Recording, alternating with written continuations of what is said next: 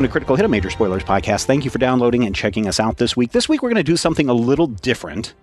Not quite a mailbag, not quite a general discussion, but kind of a combo of each. I think it's a time, there's something we haven't done in a long time, right? We haven't just done a show where we just talk about other stuff that is in the sphere of Dungeons and Dragons or the RPG games that we're currently playing here on the podcast. So we're just going to kick back and we're going to let our hair down. We're going to talk. We're going to relax. I've got a little drink here. It is not what you think it is, but it is pretty tasty. And so let us just talk about stuff. There was an interesting article that appeared a while ago that I wanted to get your guys' reactions to. I don't know if you've had a chance to read through it, but it's called Powered by the Apocalypse versus Dungeons and Dragons, How the Mechanics Compare. And let me ask you guys this. Is it a good idea to compare systems that are radically different from one another? I know that people always are like PS4 versus the Xbox, Macs versus PCs, apples versus oranges. Right. You'll notice they very rarely go Xbox versus the Switch, right? Because they are actually very different. Yeah. So is that what this is when someone says, let's compare Powered by the Apocalypse with Dungeons and Dragons, and which one is the more crunchy system? I feel like this article was mostly sort of addressing... So online, there's always a lot of talk about games, and especially about Dungeons and Dragons. And I think Powered by the Apocalypse is sort of what World of Darkness was in the 90s and early 2000s. Mm-hmm. Powered by the Apocalypse is what the cool kids are playing while everybody else is playing Dungeons and Dragons. And I don't, that's not actually a value judgment. I mean, what the kids who think they're cool are playing. Yeah. So I'm playing Fate Accelerated. Yeah, exactly. That's basically we're the band kids. Well, what are the theater kids playing? The theater kids are Vampire the Masquerade. Playing Spin the probably Bottle. still playing Vampire the Masquerade. Yeah, that's fair. All right. So I think this is it's really kind of a hey, if you want to get into the system, here's what you can expect through comparing them. That's what I thought. They can be like, how there are orcs in D&D, you can have orcs here too. How there's a big old combat with you hitting a guy, then somebody else hits a guy, then somebody else hits a guy. That's not so much a thing in Powered by the Apocalypse. Yeah, and that's kind of what I took away from it too, is not so much of let's do a compare and contrast between the two systems, but more of a, hey, you guys who everyone in the world is currently hooked on their Dungeons and Dragons right now. Here are some alternatives that you may not have thought about because you're so into Dungeons and Dragons right now, which is not a dig on Dungeons and Dragons. So when I read this, I was like, well, it really does feel like instead of saying, well, which one is the better system or which one is the crunchier system, it says, hey, here's an alternative you've probably not heard of yet, or maybe you have heard of, but you really haven't given some consideration. Yeah, I mean, when I saw the headline, I started thinking about things that are like gaming, and the best one I could come up with was sports. And so there are people who it's like, oh, I live in Chicago, so when the Bears are playing, I watch the Bears, and when the baseball team, I probably have a preference between the baseball teams, and then maybe I even watch the soccer teams. But there are other people who are like, no, I'm really just into football. Mm-hmm. And people aren't like, well, why aren't you into baseball? It's just like, I don't know. I like the way football is different than baseball. And I think because gaming is still so much more obscure, and it's something that has been, video gaming has finally kind of moved away from this too, because especially for video gaming, and I think this still exists to some degree in tabletop gaming, is like, well, you're only a real gamer if you like this one type of thing. Whereas if you are playing hidden object games on your phone primarily, you're not a gamer. If you're playing a shooter on your Xbox, you're a gamer. And obviously that's nonsense. But I think that there's the same divides in kind of tabletop stuff between real gamers play D&D and hippie gamers play co-op narrative games. But what it comes up to is like just people get different things out of gaming, just like they get different things out of watching sports or watching TV or watching movies. Like no one says like, oh, I like watching movies, and everyone expects that they watched as many documentaries as they watched like action movies. And so, there are people that are like, oh no matter what, like gaming, I'm in. But like most people have very strong preferences. And so I think what at core that you're right, that this is trying to be like, if you've heard of D&D but it's not for you, but like want to try a different system, Powered by Apocalypse is technically gaming but very, very different. But I think it is kind of a weird dichotomy to be making. Yeah, no, and that's I think one of the reasons when we've done some segments that we've done here on Critical Hit and also over on the GM Roundtable, we'll play that game with Brian where it's like we'll pick a concept, a high concept, and then he's got to find or suggest a system that he thinks would work with that genre, that concept, idea, whatever it may be, just so that people who are listening, who may be always sitting there going, well, I wonder if we could do a Mystery Inc. Game inside of Dungeons and Dragons. And of course the answer is yes, but have you heard about this system or this system or this system? Because they might already be a little bit more malleable for what you want to do. The weird thing about this piece to me is, well, again, if I'm actually reading the piece and reading the headline, it seems like those were written by different people. And that may be true at bigger organizations. And again, I'm not trying to poo-poo this article. I just thought it was a very interesting place to jump off on. What it seems to be trying to do, and what it ends up doing, at least from my perspective, are different, because it seems to be doing that thing where it's trying to say, hey, maybe, expand your horizons. It's like the thing where I'm like, hey, here's a bunch of weird superheroes. And everybody's like, yeah, I sure do love Wolverine. And I'm like, great. Did you know about this guy, Timberwolf, who's a little like Wolverine, but different? But what it really comes out when I sit and read it is it feels like another does pineapple belong on pizza discussion. I'm curious, Rob, because you go out a lot more than the rest of us. You go to, you have a gaming store and you have a regular group of friends that you play with outside of us, which, we're all sad because you have other friends. But I have a regular gaming group. Yeah, so do I. We're not all like. Oh man! Next thing you're going to tell me. Next thing you know, Matthew's going to tell me he has another group of players. Oh man. Anyway, I mean, Matthew lives with enough people to yes. have. I think his daughter does a bunch of GM stuff or a bunch of gaming stuff. But Rob, I was curious because you do go out to the gaming store and you are involved with a bunch of different people playing a bunch of different games and people coming in and out of the game store. Is this something that comes up a lot in your circle? I have one friend who actually explores outside of D&D on a regular basis. And I feel like given enough years, he will basically become a second Brian for me. Okay. But it's not really all that common for people to be... I don't see a lot of people actively searching for games outside of D&D here. I don't know if that's just I'm not hanging out with the... role-playing group as much because I hang out with more of the board game Magic crowd, or if it's just D&D has enough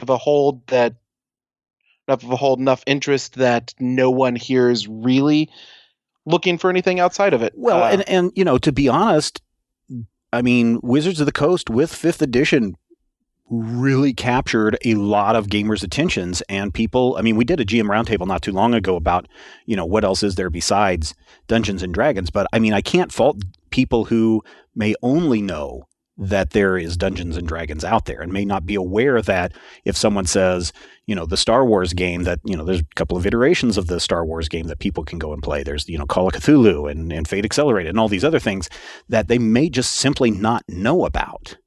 I mean, I didn't know about a lot of these other games until Brian and I started talking when I was driving him home at night, where he's like, oh, yeah, have you heard about this game? And you should check this out. And he'd bring something over and say, hey, borrow this book. And then I'd be reading into it. And it's like, oh, wow, this is fascinating. This sounds interesting. So I'm hoping that the point of this article wasn't to say, well, this one is better than this one because this one does this or this one does this. and more along the lines of, did you guys know that there's something else besides Dungeons and Dragons out there? Yeah, very, very stealthily. The point of this article, I feel, is to be like, hey, have you guys heard about Powered by the Apocalypse? Or people keep asking me about Powered by the Apocalypse. And the second question they always ask is, how does it compare to Dungeons and Dragons? The correct answer to that is it doesn't. It's a different game. But I'm going to go through and tell you how that happens so you can stop asking me. Yeah, and I also wonder if it wasn't a good idea to target the article in this way, because there are people who are only going to pay attention if they see something that has Dungeons and Dragons in it. And if you just said absolutely. Powered by the Apocalypse, they would just be going, oh, that's some new comic book crossover event that's coming. I don't care about that. Yeah, as a journalist, I would bet like that Rodrigo's right. It's like, hey, can I write an article about Powered by the Apocalypse? I'm really into it right now. Is that like D&D? No, not really. It's like, all right, well, D&D is doing really good search traffic. So can you get that in the headline somehow? And like maybe in the body a few times too, like Baldur's Gate? Can we talk about Baldur's Gate right now? So. Speaking of other games, we were talking just before we were recording, Sam, you have a new game, or I don't know if it's a new game system, but one that you've been playing around with. That sounds interesting.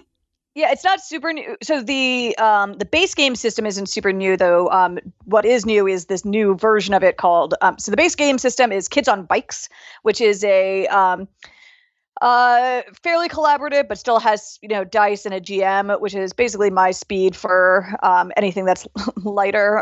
That it still has like some form of mechanics. But kind of a role-playing game version of your classic like Stranger Things, E.T., plucky kids on bikes encounter the supernatural. And, you can do kind of what you want with it, but like the rules are that you're mostly like kids and teens and cell phones don't exist.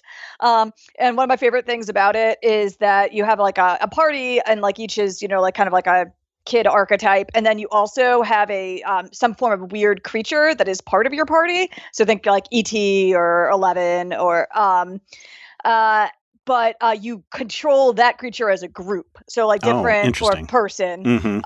So like each player can be like, oh, well, I am controlling like, them because they're interacting with the outside world, and I've come up with like how they interact with like people who are not in this group, or like I can control them in combat because I know like their special telekinetic abilities. And everyone comes up with kind of like the world and rumors and secrets about it, and answers a bunch of questions about their characters and their quirks and things like that. And then the GM decides what is true and what is happening and kind of leads people through a weird little adventure. And then Kids on Brooms is similar mechanics, and except for that you're at school of witchcraft and wizardry. Yeah.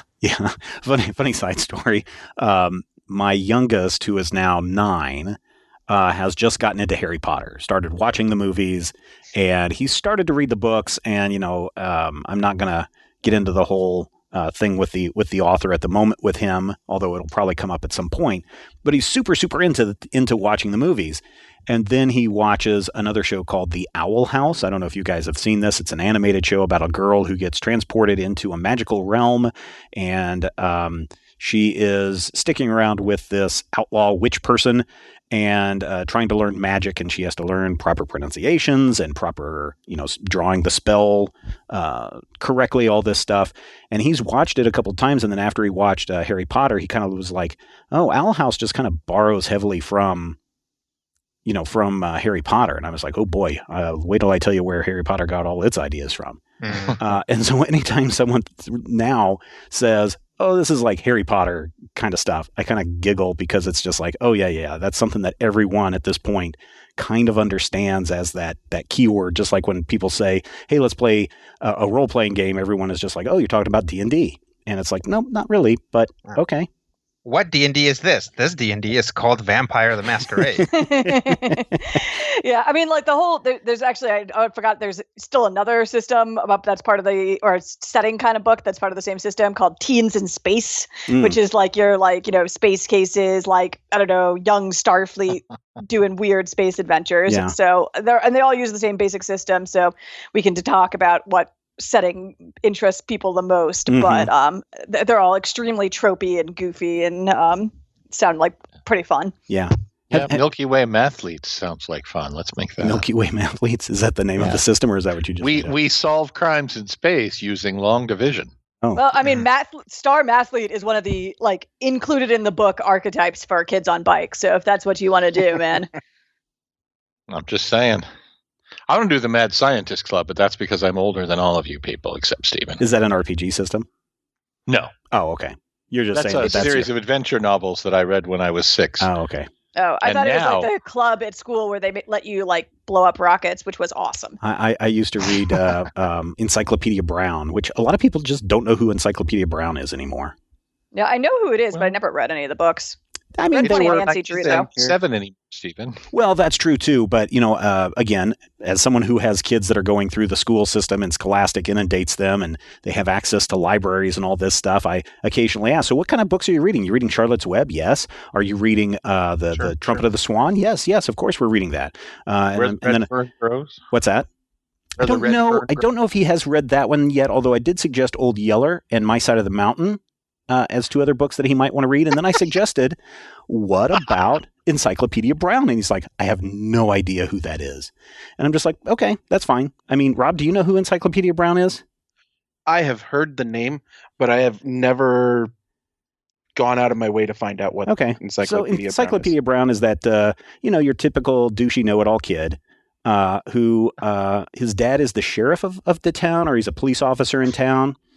And all these things happen around Encyclopedia Brown. Though the first story that I ever remember reading of Encyclopedia Brown is there's an egg spinning contest down at the local chocolate shop, right? And so that kind of tells you how old Encyclopedia Brown is. But all the kids are there and they're spinning their eggs, and the local bully comes in and he spins his egg, and it spins the fastest and the longest, and then the egg rolls off the counter, and everyone's just amazed that the bully has beat Encyclopedia or whoever else is there. And then Encyclopedia is getting ready to leave, and he notices that the store owner is walking into the back with a dustbin, a broom and a dustbin, right? And then Encyclopedia figures it out. And then you, the reader, have you figured it out yet? If so, turn to page 28 for the solution to this mystery. And then you flip it over and you find out that, the bully was using a hard-boiled egg and not a raw egg. And Encyclopedia Brown figured this out because if it had been a raw egg, the shop owner would have used a mop and a bucket to clean up the mess and not a broom and a dustpan. And so there's those kind of stories in Encyclopedia Brown. And I kind of like that format of, we set it up and have you figured it out? Turn to page 28 to read the solution. Is Encyclopedia actually his name, or is he just called Encyclopedia name? His name is Leroy. They call him Encyclopedia because his mind is full of facts. Yeah, okay. I just wanted to make sure. He's not douchey, by the way. Steven says he's douchey. He's incredibly pleasant and nice, and he's the smart kid. It's been a bunch of years since I've read Encyclopedia Brown, but my recollection is because he is such a know-it-all that there's got to be a bunch of people in town, especially the adults, that are like, who's this douchey kid that just is this know-it-all? If you actually read really closely, his friend Sally is just as smart as he is. Yeah. But lets him get away with being the genius because his entire personality is built around it. Mm-hmm. Also, it's really funny when Sally goes through and supports him. Was there a series of Sally books? No.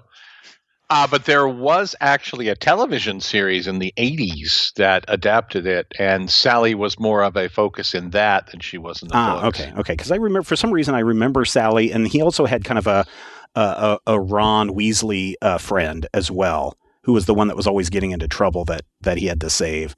But that's all I remember is, I had the books probably when I was 7, 8, 9 years old, I think, maybe by 9. That's by the end of 3rd grade. I think I was done with Encyclopedia in Brown. The 60s. So when we were kids, they'd have been about 8 years old, 9 years old. Yeah, there was another story where he had to go ride with his dad out to investigate a guy who potentially may have committed the crime. And they pull up to the guy's house, and the car is there, and the guy is there, and the guy's little kid is playing barefoot on the roof of the hood of the car. And they're having the question, and the guy's like, no, I have been out of town all day. In fact, I just got back a few minutes ago. You're lucky you caught me. There's no way I could have committed this crime. They get back in the car, and Encyclopedia Brown is like, Dad, you need to arrest that guy. And he's lying. And he's lying. And his dad's like, "Are you sure? I am the sheriff of this town. You know that, right? And I have a pretty good investigative skills as well." And it's like, did you figure out how Encyclopedia Brown knows the man is lying? Turn to page 28. And you go and turn to page 28, and Encyclopedia's like, "Oh, yeah, if the guy had just gotten back from a long road trip, that engine would be incredibly hot, and thus the hood of the car would be incredibly hot. And there was a 2-year-old walking barefoot on the hood of the car, and he wasn't screaming or crying at all. Therefore, he's lying." And so his dad goes and arrests the guy, and of course, all that holds up in court, and the bad guy goes to jail. This is like very Veronica Mars. Yeah. Is, but yeah. like 40 years before. Funny. Yeah, Veronica Mars is definitely the same sort of, pattern. And I think that at least the TV version of the Hardy Boys in the 80s was the same thing. So, it's that common sort of, hey, genius kid, but dad's the chief of police. Mm-hmm, mm-hmm. Do you guys like mystery RPG type games? It really depends on who's doing the mystery. As with anything, not so long ago on an episode of the Major Spoilers podcast, we had a trivia game, and it was a really tough trivia game. And I feel like, it was tough for me, but it was apparently tougher for other people. So sometimes if you have a mystery, but you're the guy sitting there going, I have totally figured this out in the first 3 minutes, and now I have to, wait patiently or spoil the game for everybody else, it can be really difficult. So, sometimes you have the guy who tries to be too obscure, not mentioning any names, called Tom, whose mysteries can't be figured out. Just can't be, and you have to wait for him to Nero Wolf it for you at the end. So, it's a thing. What about you, Rob? Go ahead, Rodrigo. There are systems that incorporate mysteries into the mechanics where basically, there's been a murder, and actually you, through your investigation, determine who the murderer was, not saying that you discover it, but rather through the act of role-playing, through the investigation, essentially backload who the murderer had been. Yeah. Funny. Atomic you Robo kind of make it up as you go along. Yeah, the Atomic Robo RPG kind of works like that, where you're action scientists that show up to a situation, and depending on your roles as you investigate it, you can determine that actually these plants are vampire plants from outer space, or that actually the plants are the victims here and are trying to communicate something to you. Is that kind of like you're an action botanist? Is that kind of like the way we ran the Inspectors game, the Inspectors Boise game, where it's like Brian kind of had the hook, but we filled in all the clues to point to this person or this incident?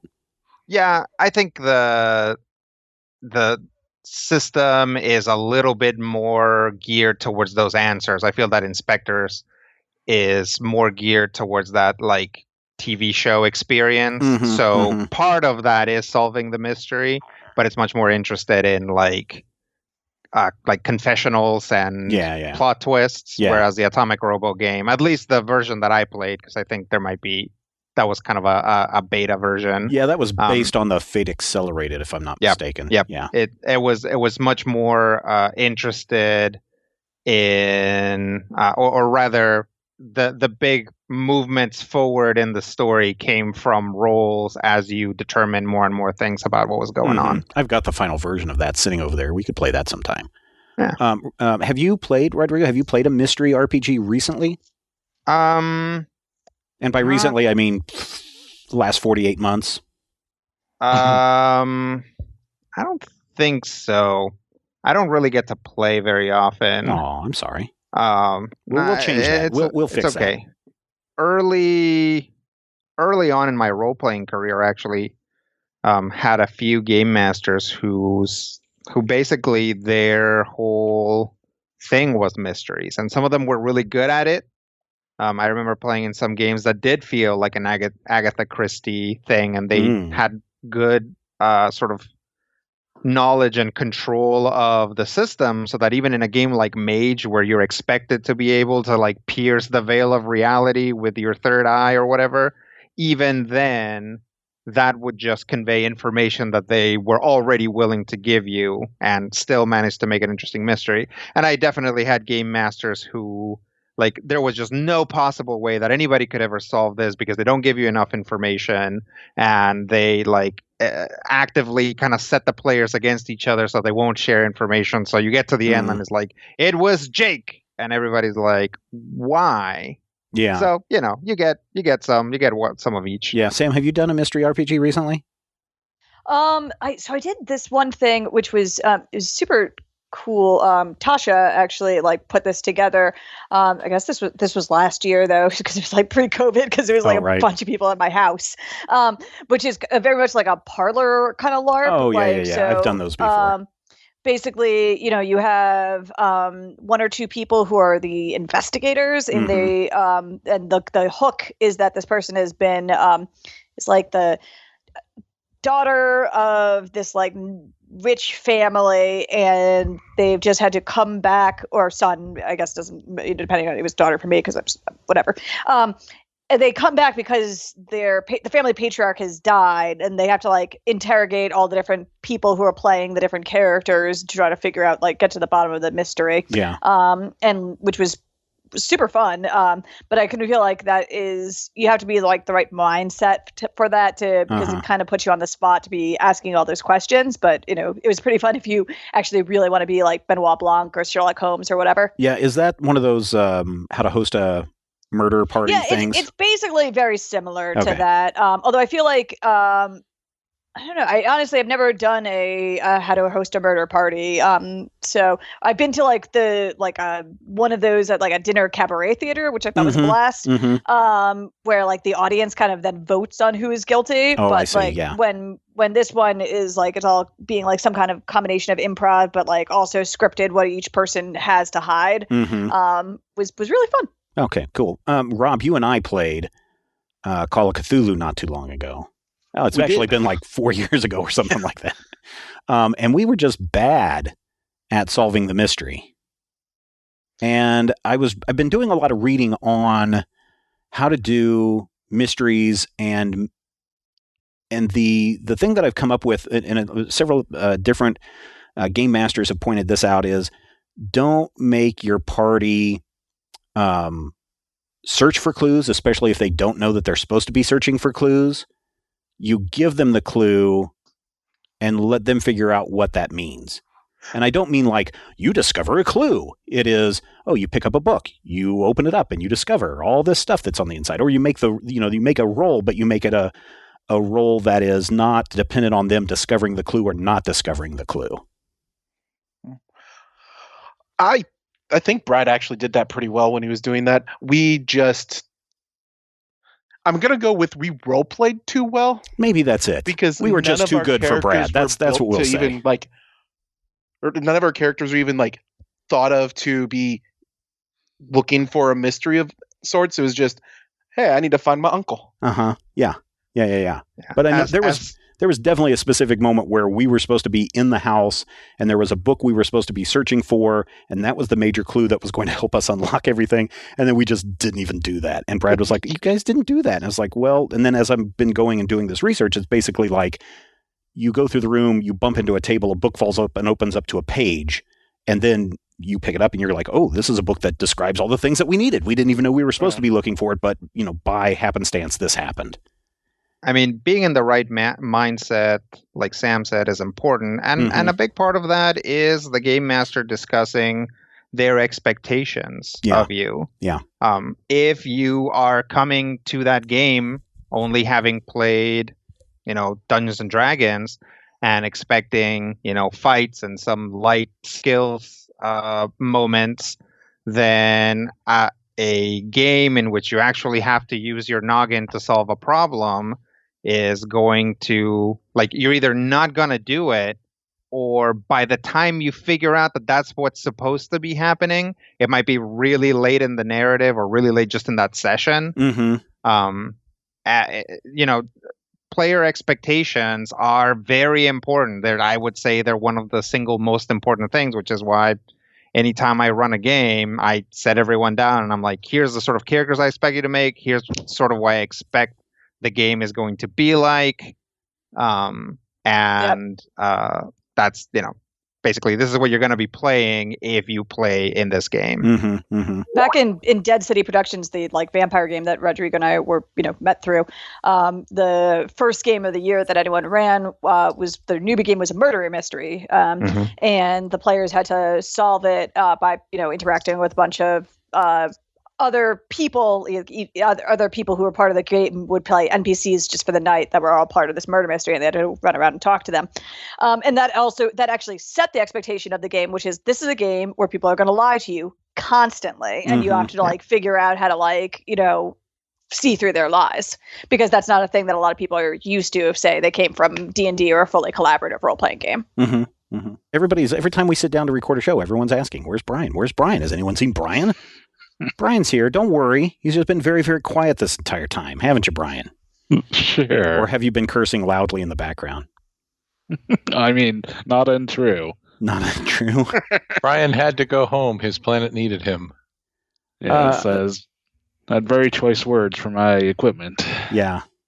So we've just been talking about a bunch of different game systems and everything. Is there a game system that you're like really into right now, Brian? There's been a few I've been looking at. I mean, I've been looking over some Powered by the Apocalypse stuff just for something more lighter, more narrative focused. On the crunchier end, Valor, the heroic roleplay system, has been kind of of interest to me. It's a very tactical grid-based game, but it's kind of a effect-based.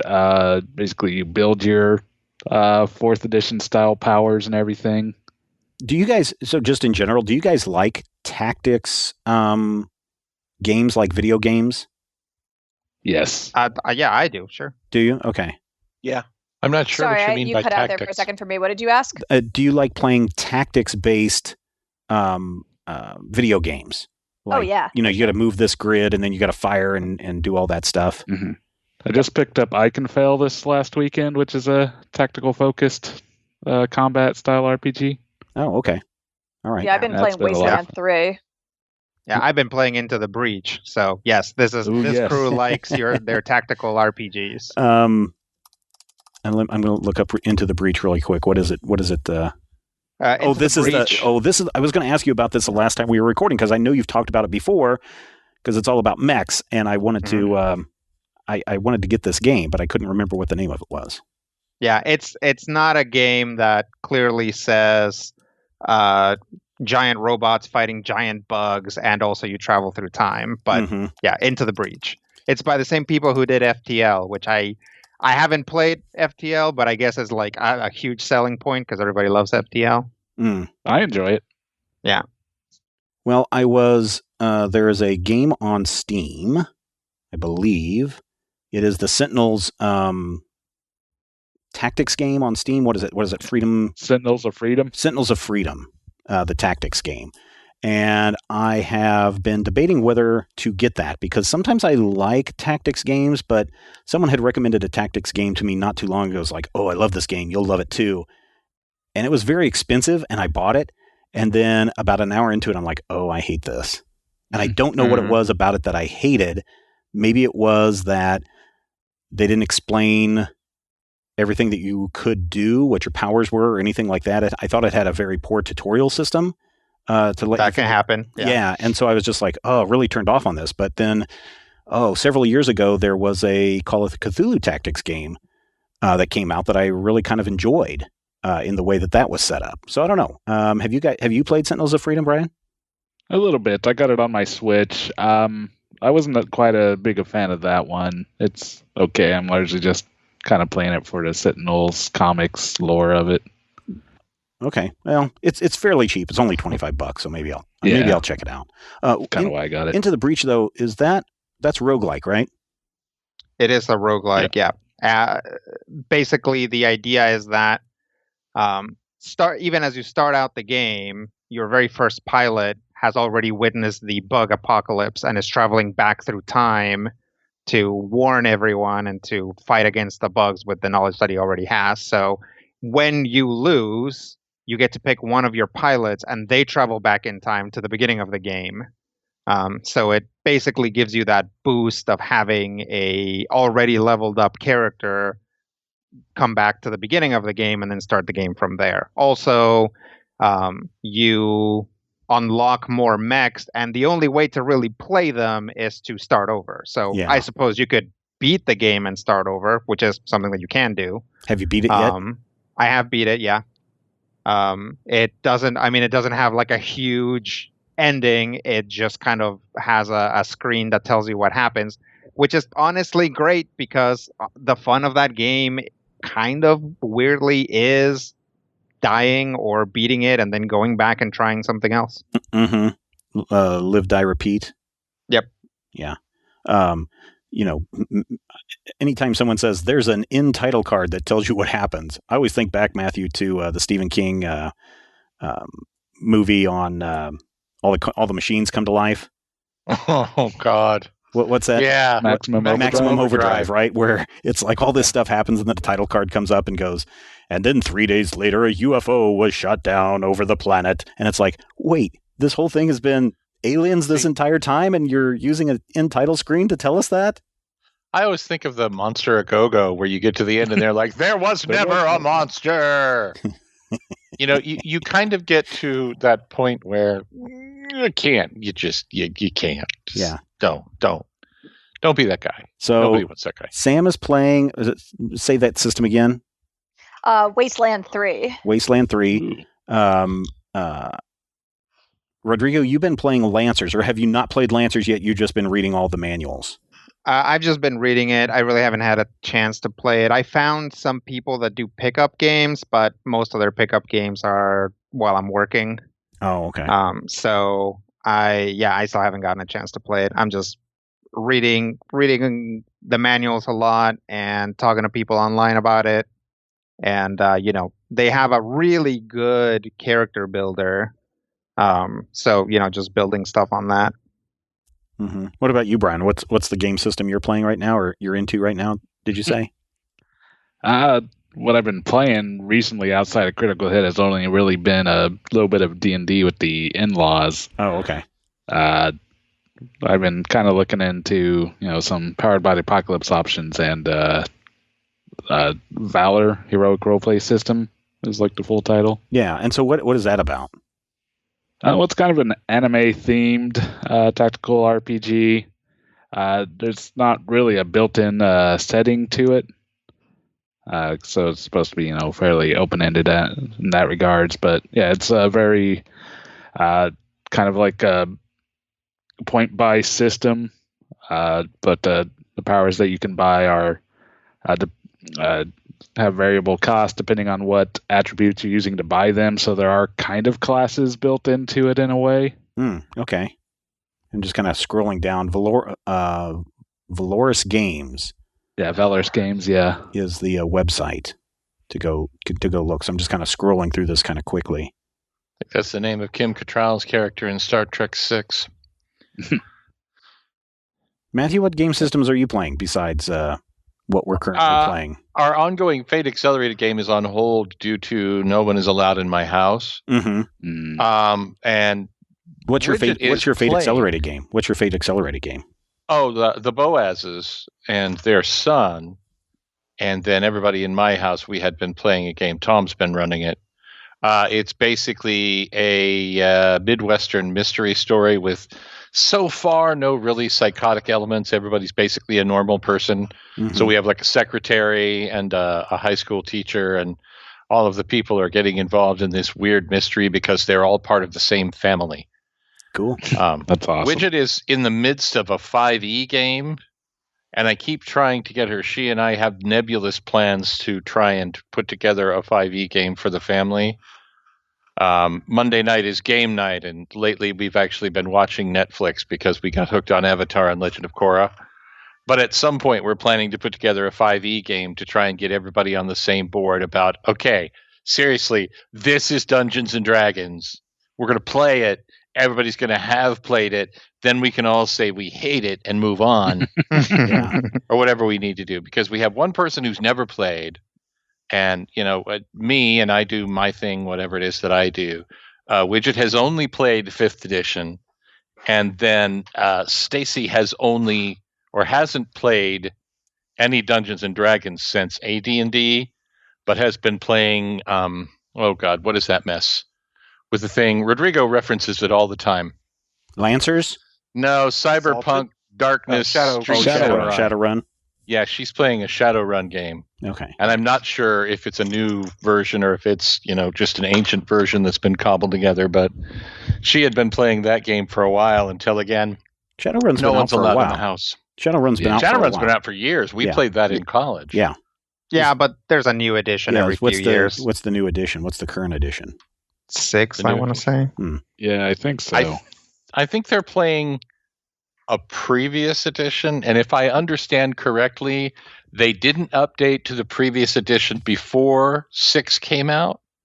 I don't know. It's a hey, I don't really have a problem with people wanting to play an older version of the system. For us on this game, of course, we started with 4th edition, and just because I was new to RPGs and everything, I started buying the different books and manuals as they came out, and I think I have close to all of the main 4th edition books, and it was expensive. Like if you're talking like $50 a book, that's a lot of money that you drop down for. I've got a whole shelf here filled up with them, and another shelf filled up with 4th edition stuff, and of course now there's the 5th edition stuff.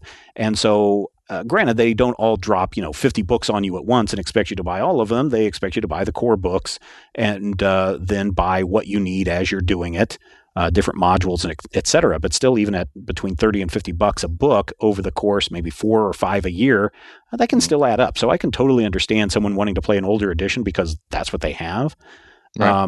I don't think everyone needs to automatically jump on the newest, greatest thing if they're happy with that system that they have. That being said, go ahead.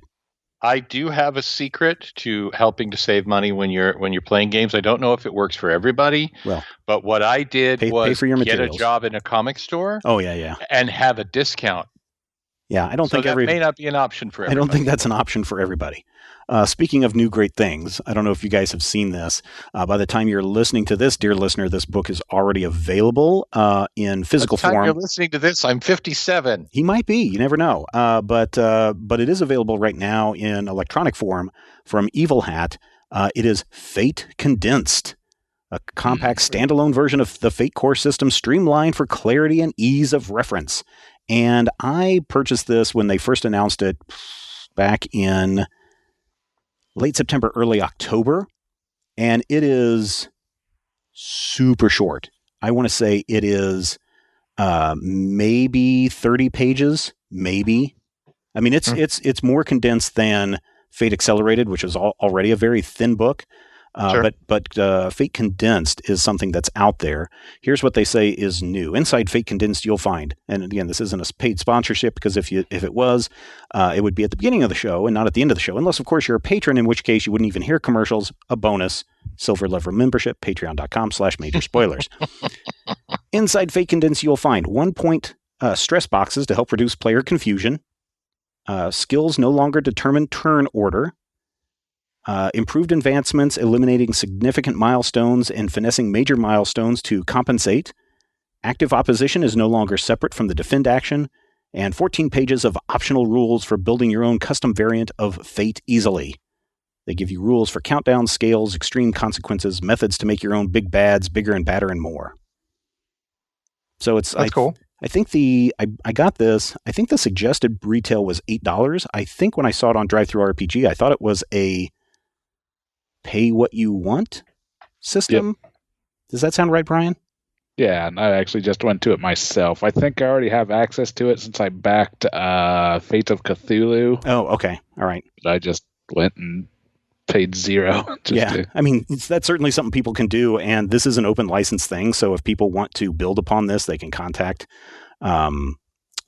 contact Evil Hat and do some interesting things with it. But, if people, I don't know, I still am kind of a very big fan of Fate and what you can do with it, because it does feel so open. And it's not, as we started this conversation, it's not super crunchy. Yeah, no, definitely. Fate is one of my favorites, partially because it's not that complicated, and because it is easy to convert to different settings, right? Because it is so simple. Mm-hmm. Again, I feel that when people say that you can play anything with the Dungeons and Dragons engine, my eye starts twitching because that's definitely not true. That's also not true of Fate. Fate actually puts a lot of power in the player's hands, and there are genres that don't want that, right? Mm-hmm. There's probably a reason why the big Fate of Cthulhu thing plays more like Terminator than it does an actual Call of Cthulhu game. Yeah. And it's because that's going to play better with Fate as an engine. Also, because I think Evil Hat wanted to do something different with it, and it's all in the public domain. Oh yeah. Well, yeah. Yes and no. Yes. Depends on which elements of Cthulhu stuff they're trying to borrow and which are owned by whoever else. That's a complicated thing. But we'll just say, sure. Let's just say it's in the public domain because that's what Lovecraft was. As racist as he was, the one thing that he was totally down with was Creative Commons. He contained multitudes. He definitely did a lot of it racist. Sorry. He wanted everyone to have equal access to racism. Yes. Oh, yes. Man. I was listening to a podcast. It is like, I forget what the name of it is, but what they do is they actually read a letter that Lovecraft wrote in every episode, and then they have a discussion on it. And sometimes it's to well-known writers, other times it's to, just fans that he's replying to, and then they kind of dissect it and go into it and say, well, this is what was going on at this time and whatnot. But the one that they just did recently, and again, this was months ago, depending on when you're listening, hello, future people, it was a lengthy letter to Robert E. Howard, and he's talking about the history of Rhode Island. I've seen that letter. He's talking about the history of Rhode Island, and man, he goes full on racist mode in that letter, and it's just like jaw dropping how awful he is in describing slavery and what happened after slavery and all this stuff. It was it's very eye opening, and he and Howard had a very lengthy mail exchange before Howard committed suicide. There's a lot of Lovecraft in the Conan books. And vice versa. And that's what I was talking about with the open world stuff where, Conan borrowed from, I want to say Derleth.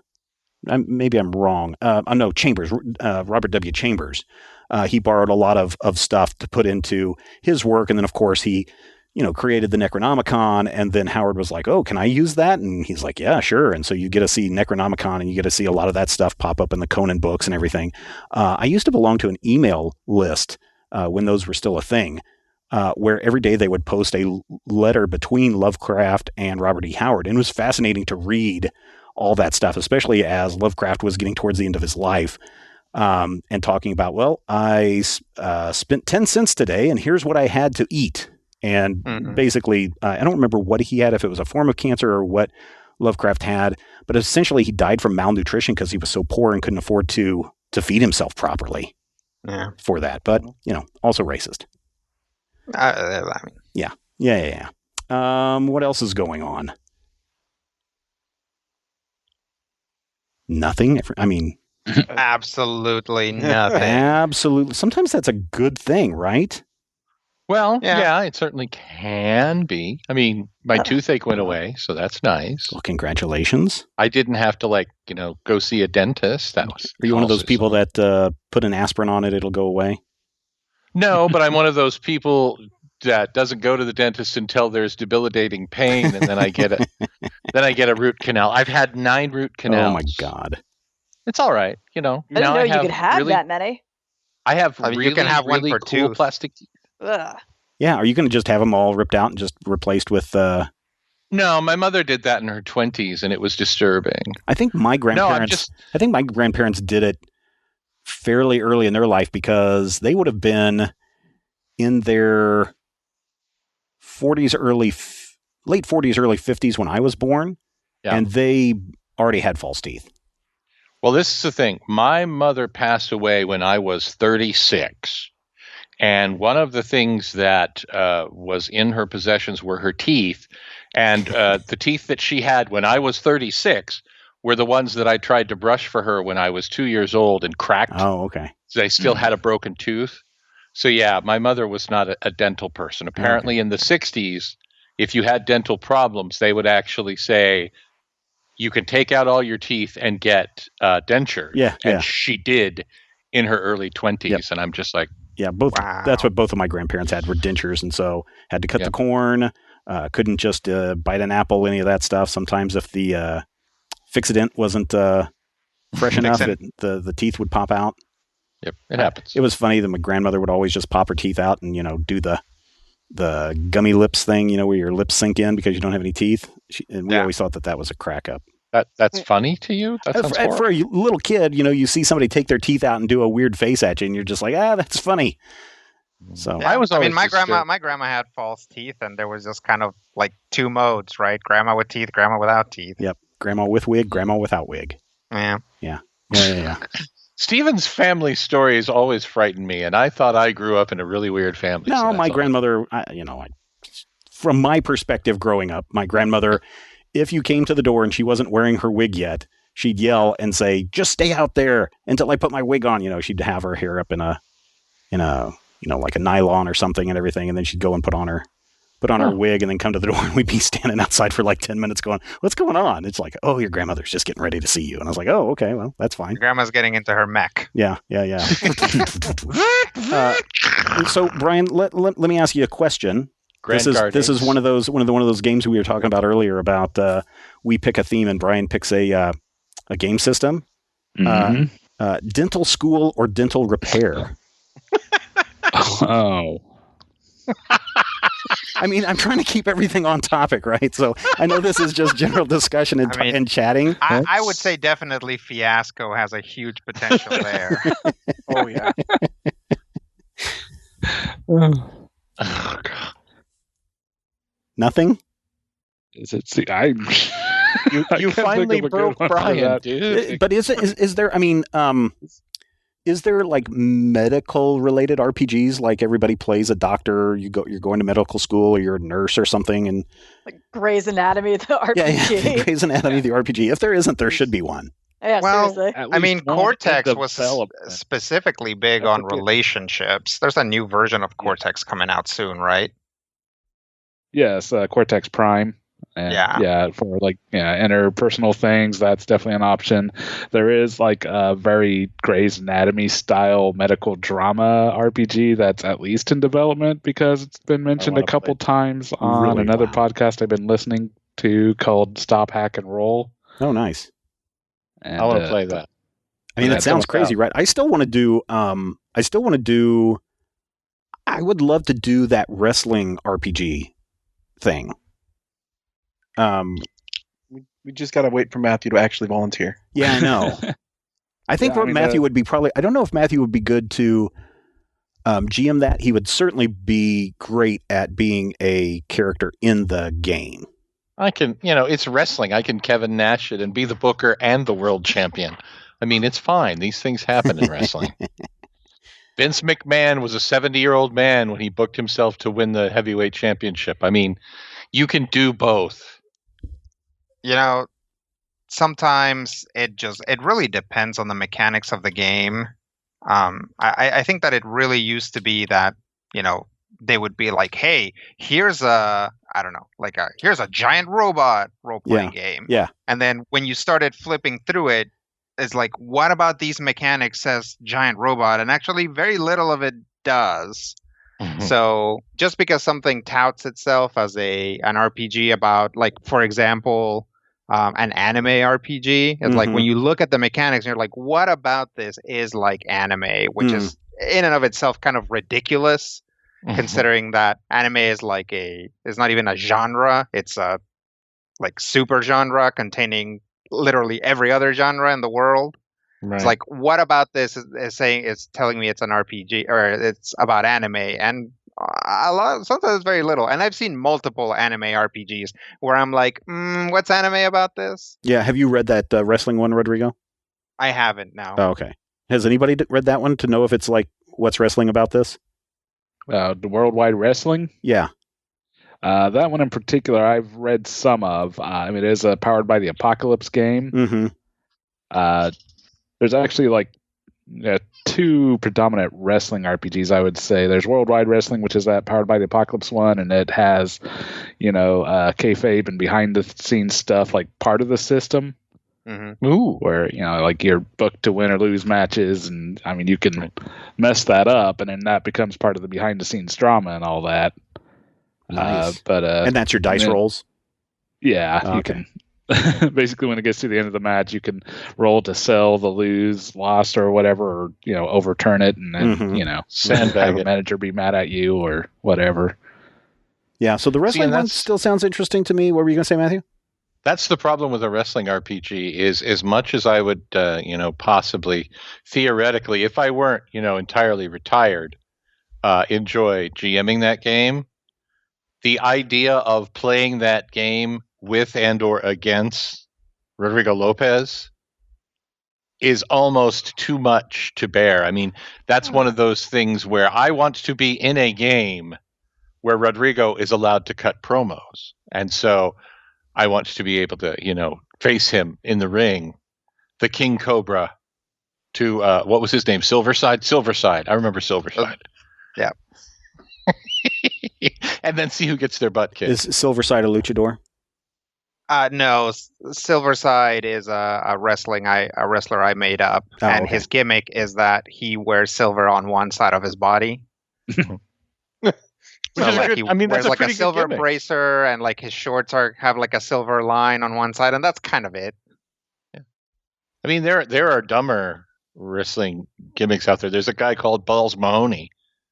That's literally his whole gimmick. I don't want to know. That's literally his whole thing. He comes out, he'll hit you with a chair, and his name is Mahoney. Oh, okay. So yeah, I think the wrestling one would be fun. I still think the giant Power Rangers one would be interesting. I think that's also powered by the Apocalypse, isn't it, Brian?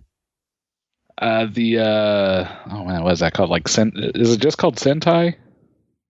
I don't remember. All I know is you said that there was one that everybody gets to play, Power Rangers. Yeah, there's one that...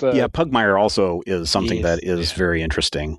What about Pugmire do you like, Sam? What makes you want to play that game? I just want to play a dog. You just want to play a cute dog that wants to be a good boy. What is your... describe your dog character for us. I mean, I came up with a whole dog persona based on my dog Ladybug, who is a semi-tragic figure because...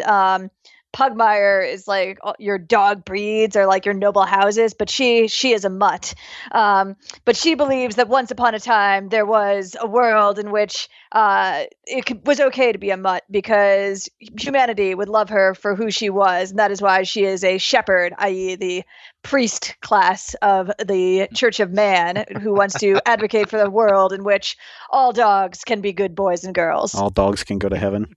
Yes, basically. Nice. I think it's called Henshin, Brian. Henshin, yes. Henshin. And it's kind of a Powered by the Apocalypse. It actually is a diceless thing where you have to gain and spend tokens for various effects. Oh, okay.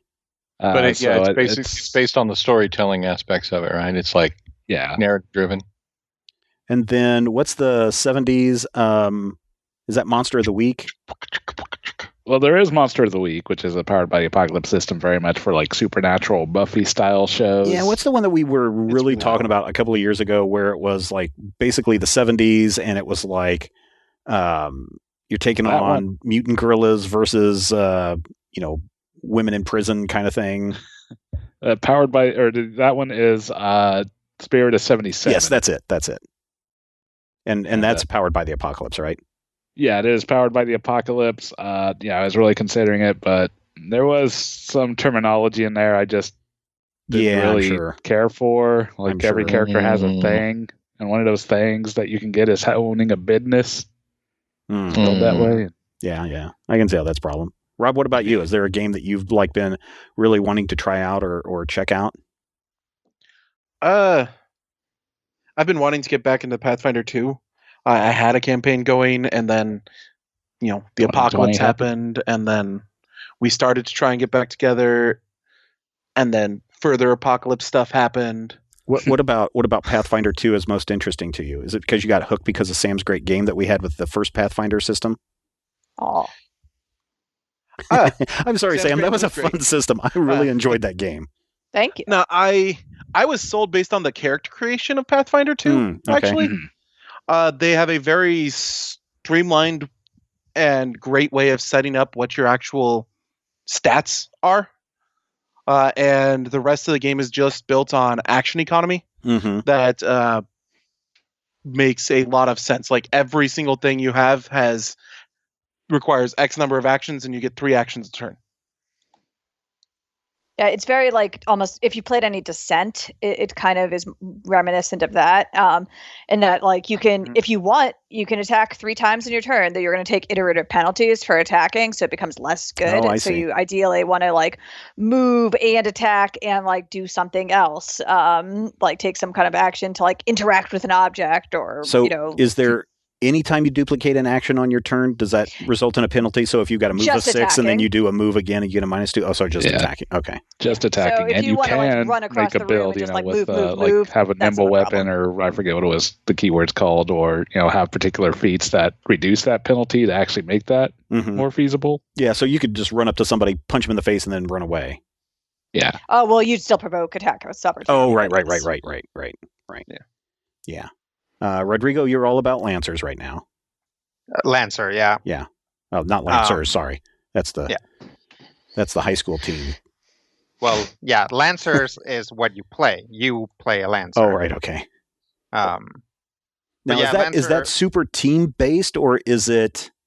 I mean, does it really promote? Okay, guys, we're going to go in, and you're going to swing around on this side and come in from the west, and you're going to swing around on the east side, and you're going to come in, or is it just like how we kind of play our battles in your game? I guess it depends on what you as a player or game master are going for. There's certainly there's a huge tactical aspect to Lancer, Mm-hmm.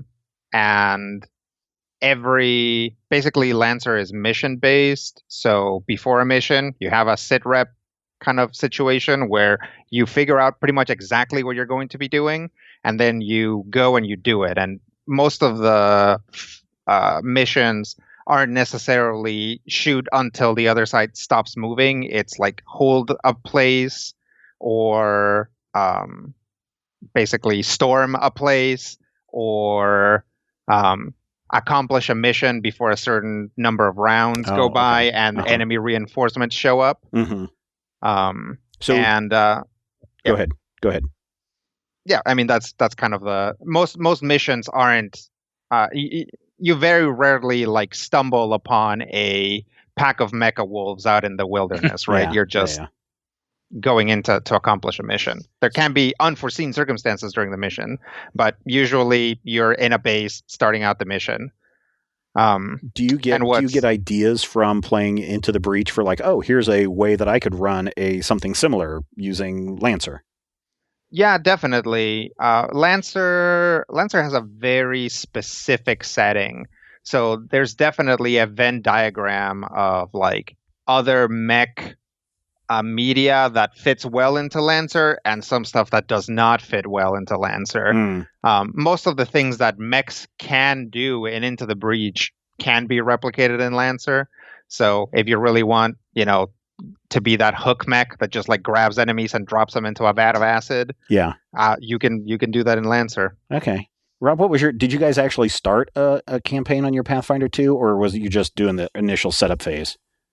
No, we started. We're level 2. We're a chunk of the ways into it, but what's your story? I am straight up ripping random stuff from Legend of Zelda right now. Oh, nice. It's one way to do it. I had characters pitched and found a decent way to meld the group and was like, all right, well, let's go find random objects and temples that are used to take out bad guys. Nice. Did their weapons break like after a few hits? Nah, I didn't go full Breath of the Wild. Do you have an ocarina that you have to take with you? No, not yet. One of the characters is a bard. Nice. Do you have a little pixie that flies around with you? Not yet.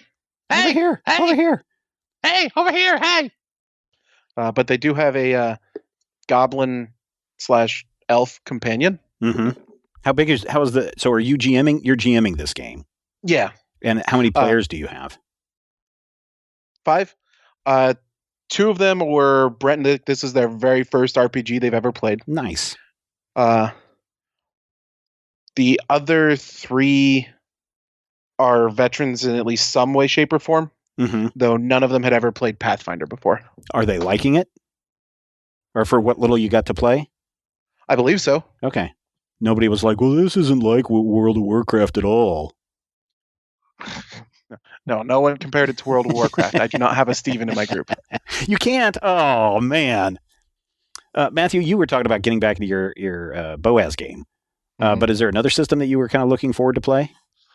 I'm not really a system guy. I mean, for me, honestly, I am not conversant enough in any of the systems that I could get by without a Rob or a Rodrigo to really, really prop me up if I have to be, game focused. Game focused. Yeah, for me, it's all about the role play. And, half the time it's about, hey, you know how this character is going to talk? And at that point, I'm like, yeah, I can totally do that. And also, it's Pathfinder. I'm like, okay, I'll figure that out as we go. But it's very important that I know how the character is going to talk. So yeah, I'm the drama kid nerd person. But then I've always been that way too. I mean, when we played AD&D, I don't think so.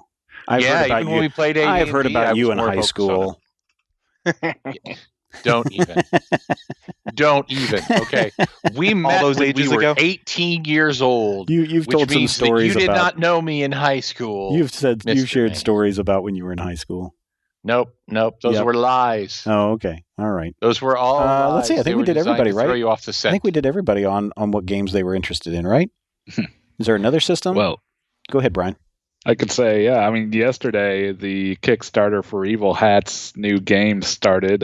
Thirsty Sword Lesbians.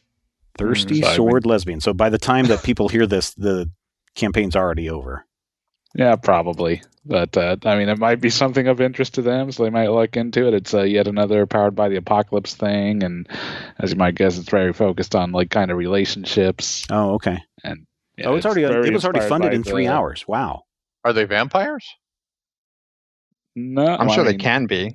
They can be, yeah. I mean, it actually provides apparently quite a few different settings or whatnot you can play it in. Apparently, one of my like is called Gal Paladins. Somebody slide into Matthew's DMs and explain thirsty to him.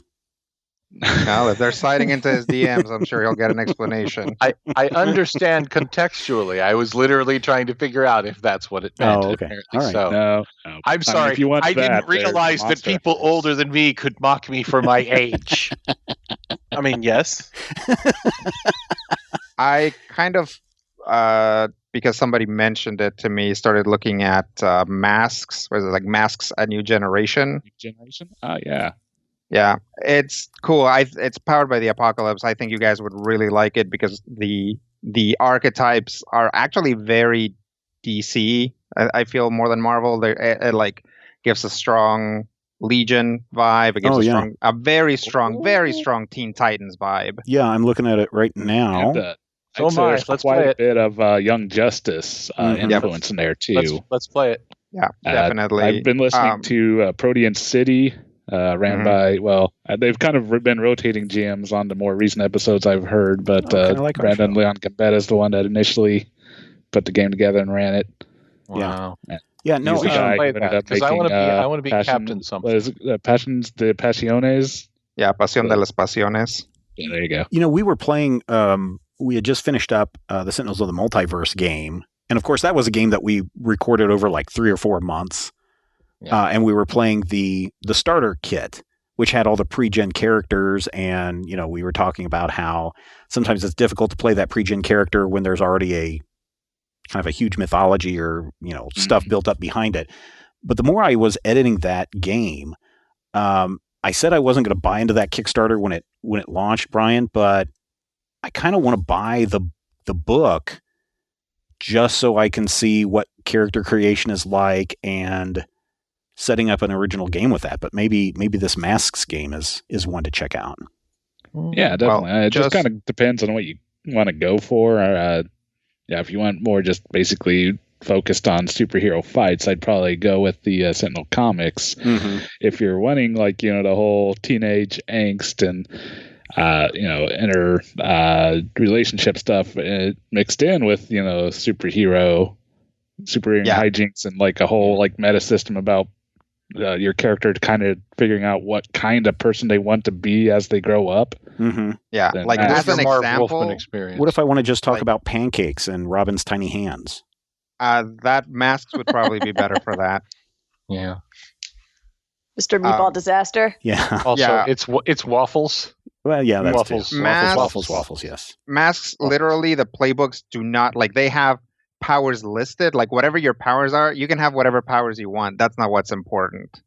Yeah. Like your moves are about like you basically balancing your angst against your ability to do stuff.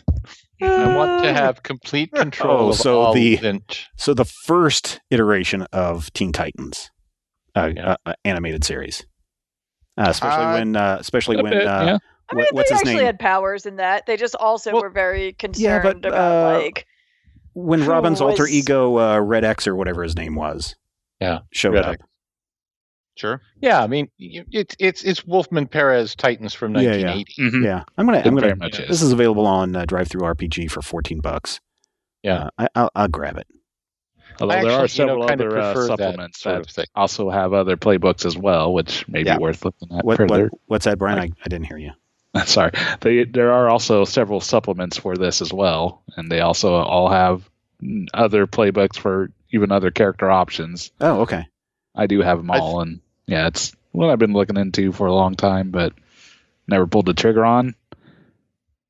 Kind I of think thought if about we doing play it this, here, but since I everybody had has already to be done, ridiculously Modern powerful. City, I didn't want to be, just the guy doing superhero stuff. Mm-hmm. Mm-hmm. Sure. Yeah. You guys like that's why Modern I should- City, right? I mean, not Sam. Sam didn't play Modern City. no. No, she hated it. I didn't hate it. I never played it. She hated it because she wasn't there. against it. That's fair. I hated it because I wasn't there. I still think, and this is something that we can think about, but our listeners get a little behind the scenes stuff.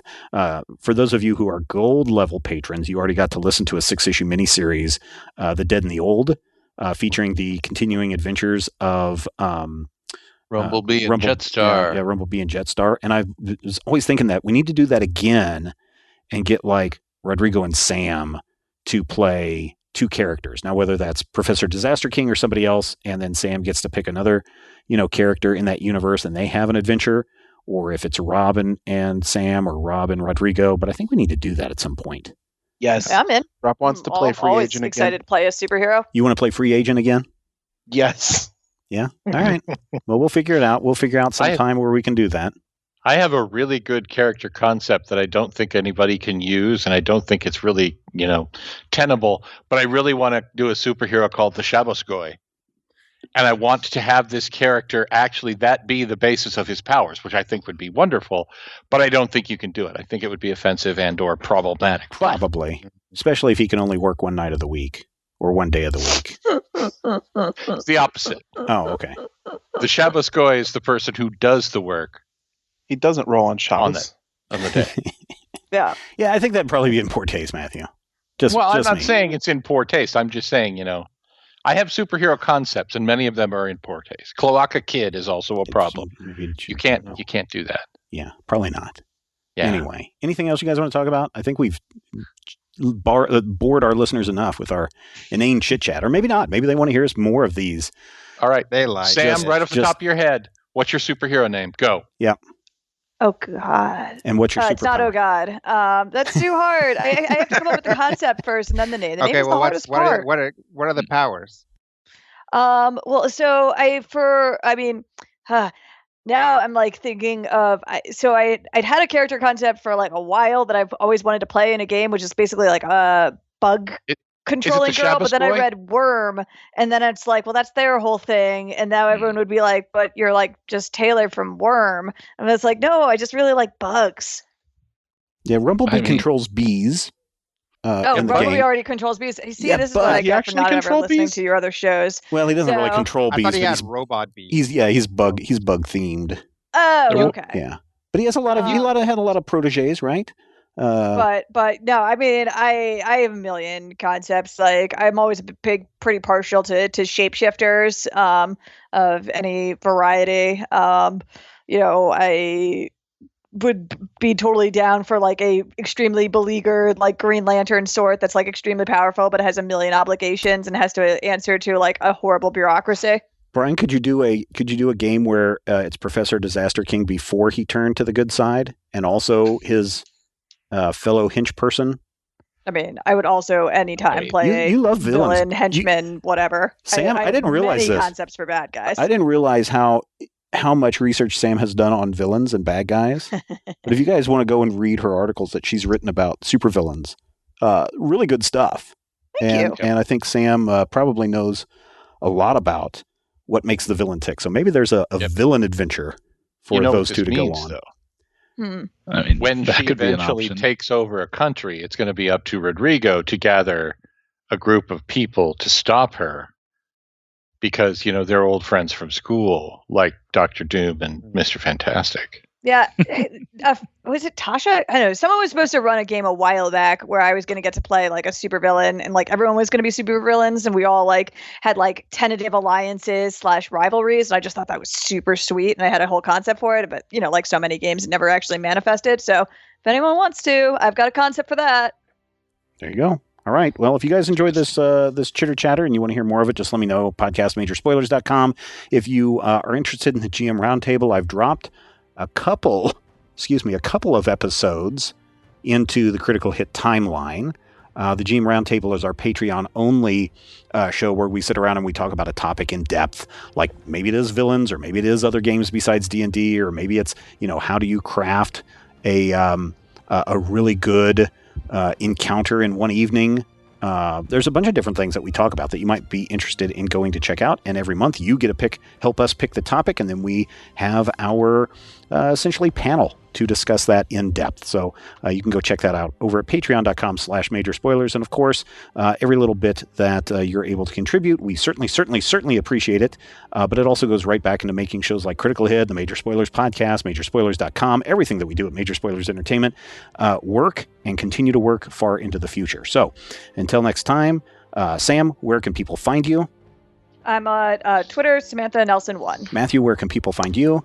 They can't. No one is allowed in my home. But if you want to follow me on Twitter, it's Mighty King Cobra, at Mighty King Cobra. Rodrigo, where can people find you?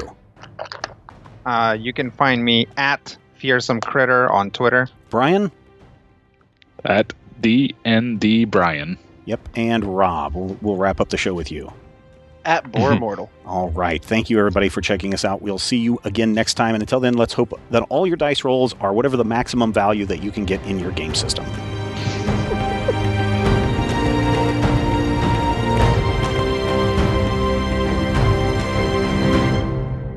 This podcast is copyright 2020 by Major Spoilers Entertainment, LLC.